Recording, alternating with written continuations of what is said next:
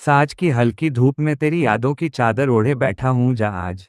हर हर club में तेरा नाम उकरता है जैसे मदी में चाँद की कजराएं। गिट्टी की खुश्तों में देख के सपरिये मेरी आंखों से चुपचाप बहते करते।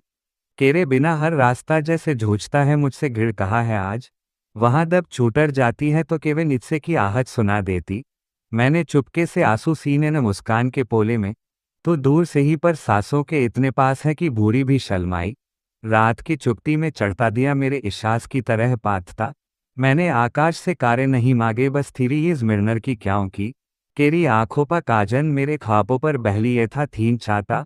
हल सुबर देरा मान लेकर सूरज से थोड़ी रोशनी उठान लेता।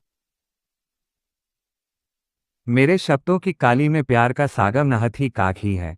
तो साथ हो तो साधारणपन भी उच्छर बनकर लाश उगते। कागज की माड़ों में इचे वाबे बजराज से गरती नहीं।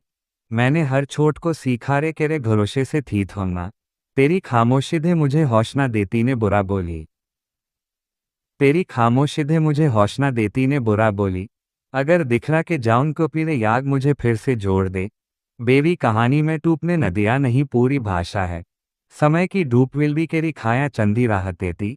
मैं आज भी नहीं हूँ बस तेरे नाम से थोड़ा और दर्रा। जब मेरे लिए फिर से तो एक बीत आंखों से बेहतर दूरा होगा। और एक हदों से साया।